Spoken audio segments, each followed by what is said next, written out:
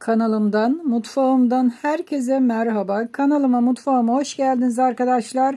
Yine bugün sizlere harika bir tarif hazırladım. Salça tarifi vereceğim. Biber salçası tarifi vereceğim. Kışlık bu salçayı yapın. Kışın rahat edin arkadaşlar. Bol bol yapın. Şu anda salça biberleri pazarları doldurdu. Bizim burada 10 TL kilosu. Bilmiyorum sizin orada nasıldır arkadaşlar. Her aşamasını sizlere göstereceğim ki herkes öğrensin. Hemen hazırlama aşamasına geçelim. Evet arkadaşlar, benim burada kendi bahçemden topladığım salça biberlerim var. Ekmiştim yaza çıkarken. Bayağı bir kızardı arkadaşlar. Dedim ki toplayayım, şöyle bir salça yapayım onlardan. Sizlere de göstermek istedim. Kolay yoldan herkes yapsın ki evinizi salçalayın bol bol arkadaşlar. Şimdi şöyle bir kabın içine, hatta bu buzdolabının kendi kutusu, dolduruyorum arkadaşlar. Hatta ufak biberlerden de kızaranlardan da topladım. Ne varsa hepsini hemen hemen topladım. Kızaran biberlerim vardı. Diğerleri de. Onları da topladım ki ziyan olmasın. Hepsinden salça yapacağım.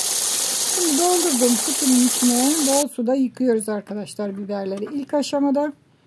Şimdi doğrayacağız. Nasıl doğrayacağız?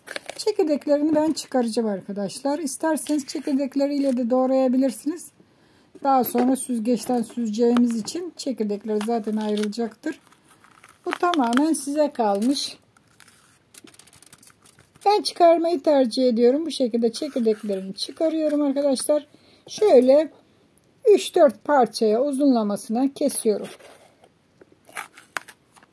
Evet arkadaşlar, salça yapmak hep iyice gözümüzü korkutur ama aslında çok kolay yapması. Bir günde yapacağız, hazırlayacağız, hatta şişeleyeceğiz arkadaşlar. Kolay bir şekilde nasıl salça yapılır sizlere her aşamasını göstereceğim. Bilmeyenler de çok rahatlıkla bu salçayı yapacaklar. Yüzlerce lira, çok pahalı biliyorsunuz salçalar. Biber salçalar da oldukça pahalı. Şimdi 10 lira kilosu salça biberin ama arkadaşlar alırsanız ilk toplanan zamanı çok salçanız çıkar. Son zamana kalırsanız çok fazla salça çıkaramazsınız aldığınız biberlerden. Size küçük bir püf noktasını söyledim. İlk toplananlar genelde çok salça verir arkadaşlar. Gördüğünüz gibi bu şekilde tohumlarını ayırdık. Hiç kalmayana kadar tohumlu kısımları kaldı sadece. İşte bir tencere ayıkladım. Büyüklü küçüklü işte dediğim gibi bahçede ne varsa kırmızı olan tüm biberlerden topladım. Şimdi kazanımın içine temizlediğim biberleri döküyorum. Kalan biberleri de aynı yöntem ile temizleyeceğim arkadaşlar. Yani çekirdeklerini alıp 3'e 4'e artık nasıl yapacaksanız böleceğiz. Ve tenceremizin içine, büyük bir tencerenin içine döküyoruz. Tabi evinizde bu tencereden bilmiyorum var mı yok mu. Varsa da ocak bulamayız derseniz 2 tane taş koyun arkadaşlar. Koyun altına birkaç odun yansın arkadaşlar. Şimdi üzerine suyunu döküyorum. Ne kadar? Şöyle tenceremin alt kısmından 3-4 parmak olana dek su dökeceğim ki hani kaynarken dibine yapışmasın. Domates gibi sulu değil biberler haliyle. Ateşimi yaktım arkadaşlar. Bakın ben bahçeli evde oturduğum için genelde ateşte yapıyorum bu tür uzun sürecek tarifleri. Evet, şimdi şu anda tenceremiz dolu. Kaynadıkça yavaş yavaş altına inecek, pişecek biberlerimiz. Azalacak zaten tenceremiz. Şimdi karıştırmaya başlayalım ki dibi tutmasın. Gerçi su koyduk ama hiç karıştırmazsak da dibi tutar. Şöyle büyük bir tahta kaşığım var benim. Bu tarhana karıştıracağı da oluyor arkadaşlar. Onunla şöyle güzelce de bakın karıştırıyorum. Sizlere yapım aşamasını özellikle göstermek istiyorum ki hani az da alsanız yapabilirsiniz aynı yöntemle. Bakın bir tencere biber indi ne kadar aşağıya, gördüğünüz gibi biberler pişti. Bayağı bir pişti. Yumuşasın. Daha sonra çıkaracağız tabii ki de. Şöyle arada hep karıştırarak hani üstteki pişmeyenler alt kısma getirerek pişiriyorum. yarıdan aşağıya dahi indi. Bakın bayağı bir indi. Şimdi çıkaracağız. Şöyle bir delikli kevgir ile suyunu süzmemiz lazım. Şöyle bakın sallayarak suyunu boşaltmasını bekliyorum. Bu aşamada dikkatli olun. Bir tarafınızı yakmayın arkadaşlar. Aman dikkat edin.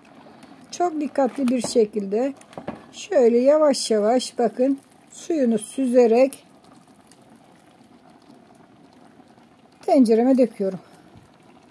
Tüm biberleri bu şekilde çıkaracağım. Soğumasını bekleyeceğiz. Her aşamasını sizlere göstereceğim ki herkes evinde salça yapmayı öğrensin. Bilenler zaten biliyor, yapıyor ama bilmeyenler de yapsın. Alsın pazardan biberlerini yapsın. Bir gününüzü alır ama koca kış rahat edersiniz arkadaşlar. Evet, gördüğünüz gibi biberleri çıkardık. Şimdi soğumasını bekleyeceğiz. Şu anda sıcak. Soğumasını bekleyeceğiz. O soğurken ben başka işlerimi yapacağım. Soğuduktan sonra devam edeceğiz. Evet, biberleri soğuttuk. Şimdi çıkaracağız. Şöyle benim kıyma makinem var. Bilmiyorum şimdi de var mı elimizde. Bir de salça çıkaran makineler var. Genelde köylerde çok vardır ama şehirde tabii ki bulamazsınız. Onun için kıyma makinesi de yapacaksınız. Ben de götürmek istemedim az olduğu için kıyma makinesinden çıkarıyorum. Soğuyan biberleri kıyma makinesinde bakın salça haline dönüştürüyoruz. Yavaş yavaş çıkarıyoruz. Ufak olduğu için benim makinem yavaş yavaş çıkaracaktır.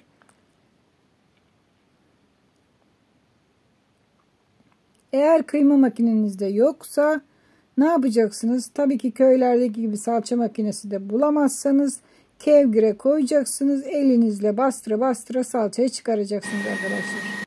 O şekilde de annelerimiz yapardı. Önceden makineler mi vardı? Yoktu. Elleriyle çıkarırlardı. Evet. Salça makinesinde gördüğünüz gibi çıkardık. Şimdi kaçan tohumlar var bunun içinde. Kabukları da kaldı tabii ki.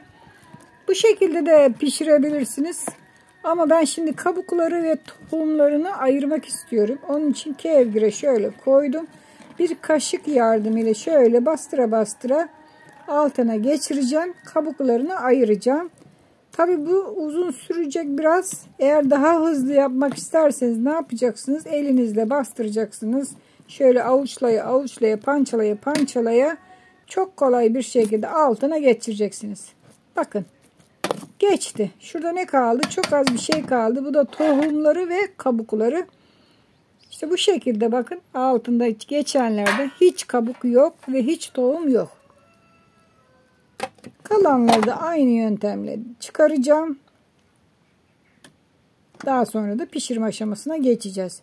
Günlerce beklemeyeceğiz bunu kurutmak için. Bazıları güneşe koyuyor ve sadece güneşte kurumasını bekliyor. Tabii ki de güneşte kurur. Kurumaz değil ama arkadaşlar çok dikkat etmek lazım. Kurtlanma riski vardır. Bir günde kurumayacağı için her gün çıkarmanız lazım. Sinekleri bol bol kara sinekleri toplarsınız. Her gün çıkaracaksınız, karıştıracaksınız. Sürekli onları takip edeceksiniz. Toz kaçmamasına dikkat edeceksiniz. Ama bu yöntemle yaparsanız çok kolay bir şekilde salçanızı bir günde hazırlayacaksınız. Şişelere koyacaksınız. Kışlık olacak. Evet bakın. Kabuklar burada. Çekirdekler burada. İsterseniz bunları çöpe atın. İsterseniz kurutun. Ne yapacaksınız? Kırmızı pul biber yapacaksınız. Değerlendirebilirsiniz. Size iki türlü seçenek sundum. İster atabilirsiniz. İsterseniz de kurutun güneşte.